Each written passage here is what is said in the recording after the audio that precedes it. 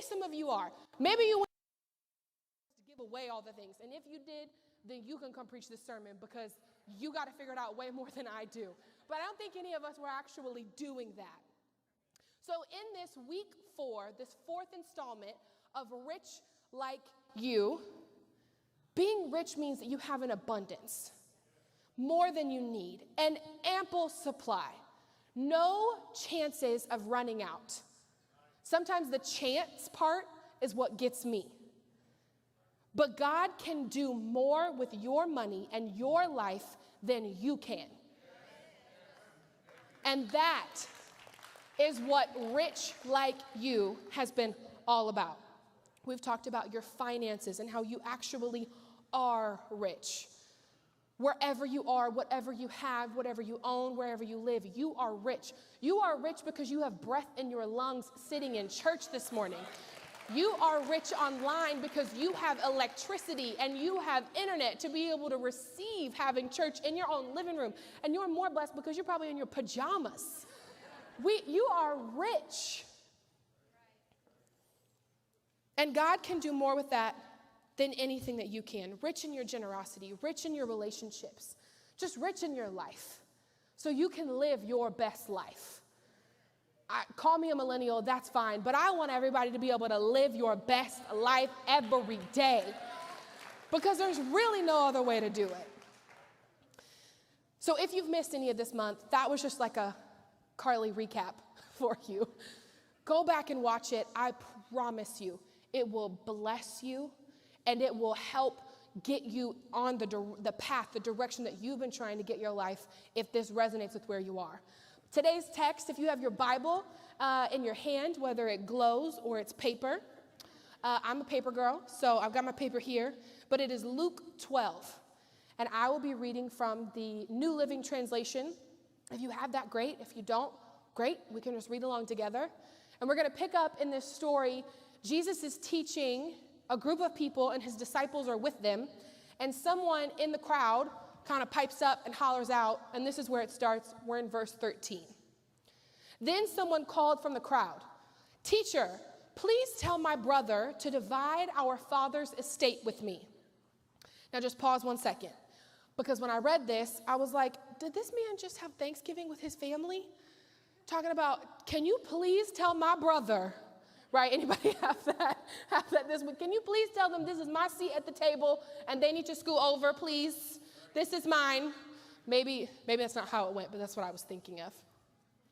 So Jesus replied to this man, less petty than I am.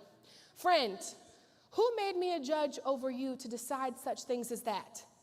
Then he said, "Beware. Guard against every kind of greed. Life is not measured by how much you own." Pausing here for a minute. Your life is not worth what you own. You are worth more than the materials that you have. Acquiring more in your life does not make you more worthy. That is such an important thing that I want you to feel and to believe this morning. Verse 16, then he told them a story. A rich man had a fertile farm that produced fine crops. He said to himself, "What should I do? I don't have room for all my crops." Then he said, "I know. I'll tear down my barns and build bigger ones. Then I'll have room enough to store all my wheat and other goods. And I'll sit back and say to myself," my friend, he's kind of like in a hammock, like with his hands back, a little bit just like reclined. "You have enough stored away for years to come. Now take it easy. Eat, drink, be merry." Sounds a little familiar right now. But God said to him, "You fool. You will die this very night. Then who will get everything you worked for? Yes, a person is a fool to store up earthly wealth, but not have a rich relationship with God."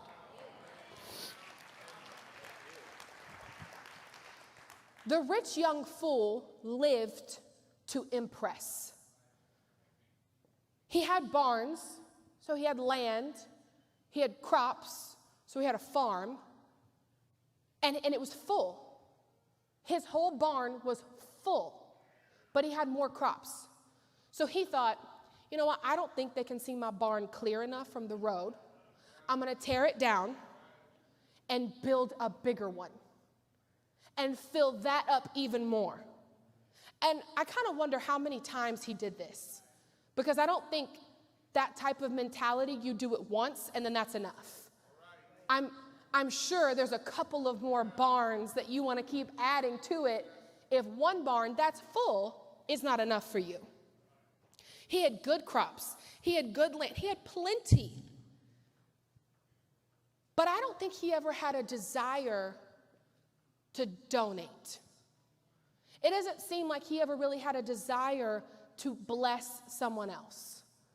He kind of just had this I disease, and I needed more, and I wanted more, so I acquired more, and that's kind of what he was about. If we are to live our lives with the purpose to express, I express my gratitude, I express love, I express mercy and forgiveness and justice. How will you know I'm a faith-filled woman if I don't express it? You express these things. How are we supposed to express that if we're focused on building up something for ourselves to be sure I'm impressive enough for you? He never stopped building his barns to help build up someone else around him. So the question then is, when is enough enough? How many commas do you need in your bank account before you sponsor a child across the world? How many cars or how pimped out does your ride need to be before you start running a little route to get people to church with you? Maybe.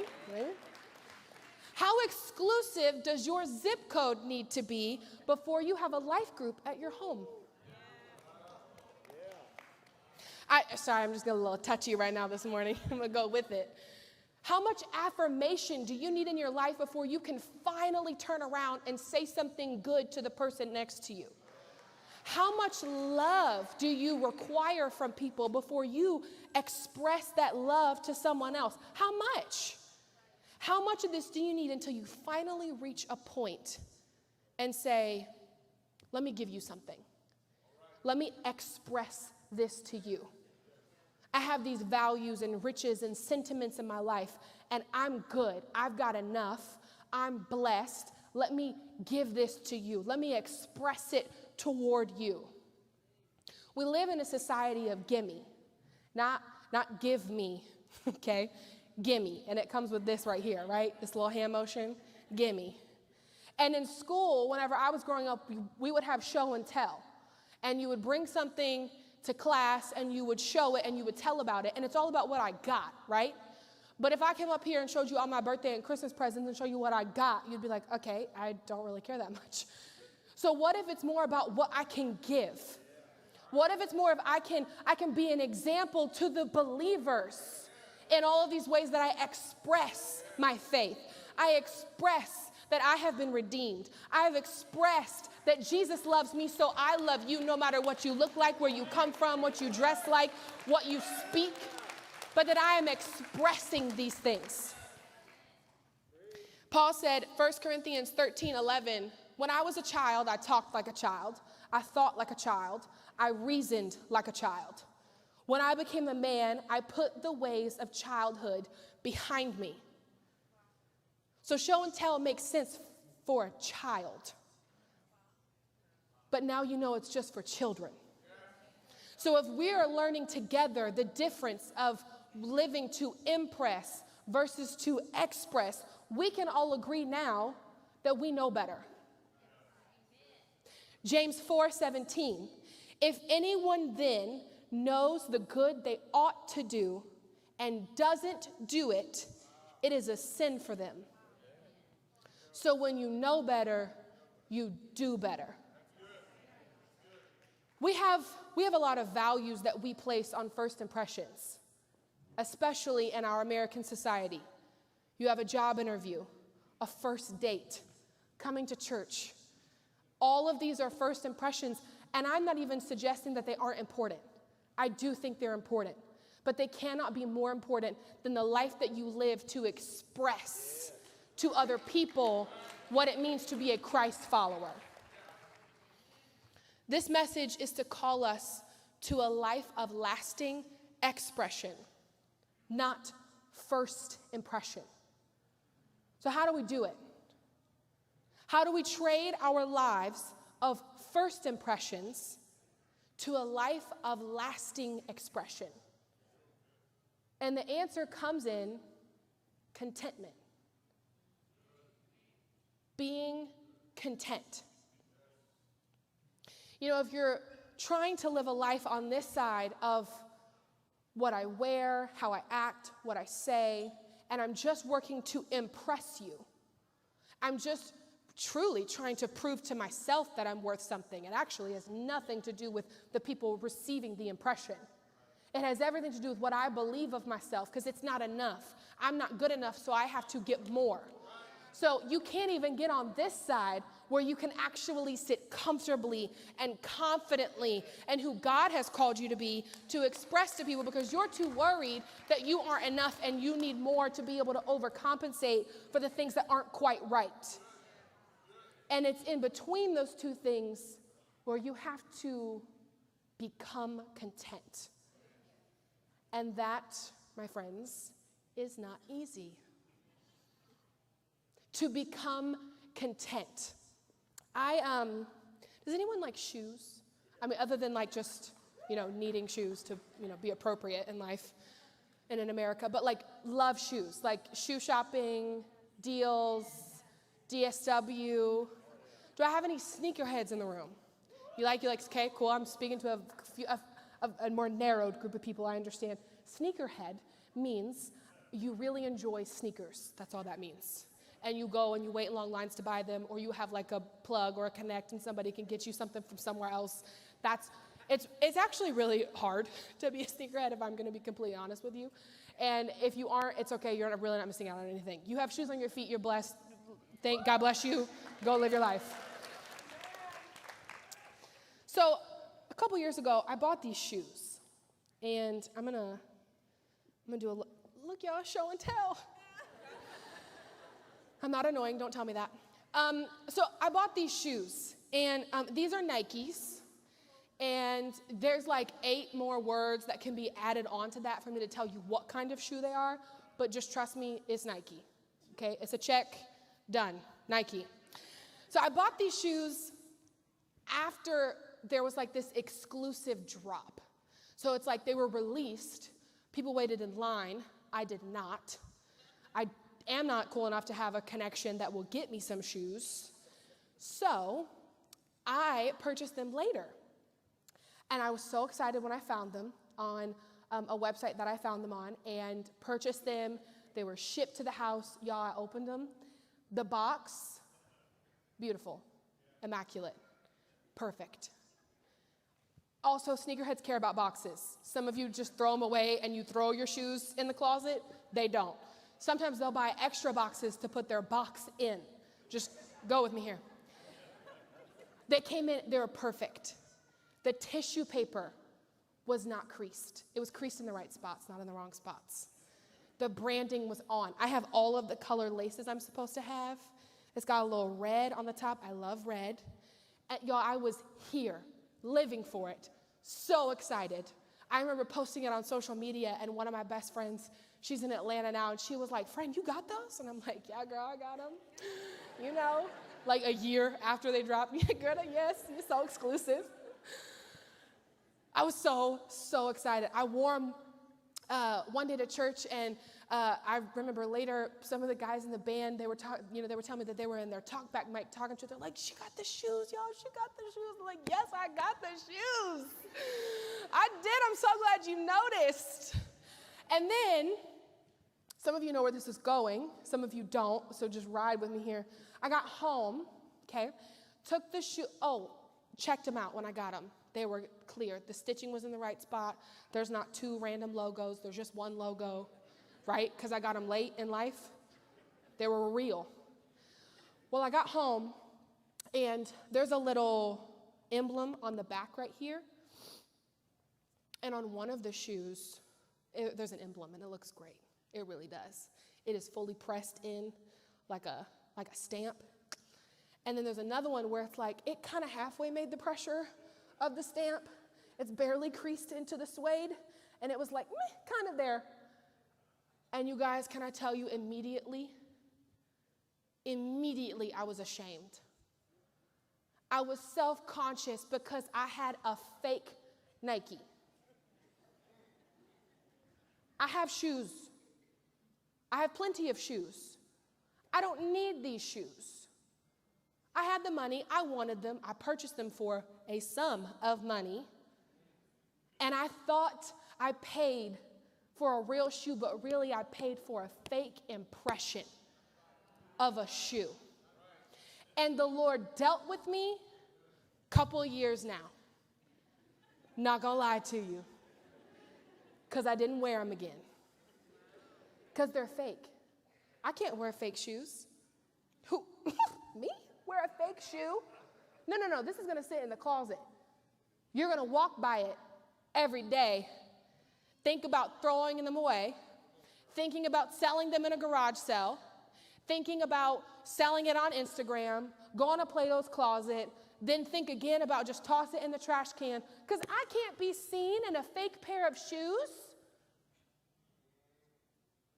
Where is contentment in my life if I am working to build up my barns over here, when in reality, this whole lesson is for me to step on this side and to express to you, I found contentment.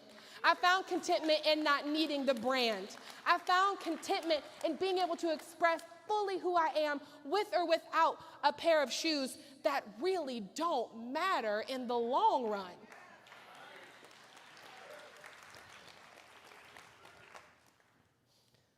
Some of you are maybe impressed with the shoe. Some of you are just like, thank God it wasn't me that bought the fake pair of shoes. It's okay, I feel it. The vibe is there. It's okay, I know. I'll take this one. You can get the next one. It's okay. There's nothing wrong with buying a pair of shoes. There's nothing wrong with trading in your car. There's nothing wrong with wanting a nicer thing in your life. What is the posture of your heart? What is the posture of your heart? Are you working to acquire more things, to build more barns, to have a personal brand? Or are you becoming content and surrendering that pridefulness to the Lord in this season so you can step over and just be comfortable and confident and say, God has blessed me. I have more than what I need. So matter of fact, why don't I just go ahead and give you some of this as well? What's the purpose of your richness if not to bless other people? What impact did I have on anybody's life wearing these, real or fake? The impact is coming through how the Lord can deal with you on things in your life that you think matter. That's where it comes from. That's where you move from working so diligently to impress people than to walk across and say, you know what, God, I'm living for you. So whatever they think or say, let them think or say it, and I will just continue to be who you've called me to be. I will just express this joy and this love and this faithfulness and this forgiveness. When you don't deserve the forgiveness, I'm going to go ahead and give it anyway, because that's who God has called me to be, and I've chosen to live a life of expression, not first impressions. So what's the purpose of your richness? To purchase a new car, to buy some new shoes, to make sure your family's taken care of. All of those things are valid and important. But if you asked the Lord to bless you, and you only take his blessings to build up your life, you are missing out on some serious stuff that the Lord could help you with. If you are asking for things from him and then turning it around and letting it be something for your, like, why do you need the raise? Do you need it so you can afford more things for yourself? Or have you asked for that so you can step over here and say, all right, who needs something today? Lord, how can I bless someone today? I don't have it in me right now. There's no peace within me right now, Lord, so how can I bring peace to somebody else today? Because I need some of that for me, so let me get some peace seed in the ground. Can I get some joy seed in the ground? Because if you don't have it, go ahead and plant it, and it will come back to you. I promise you.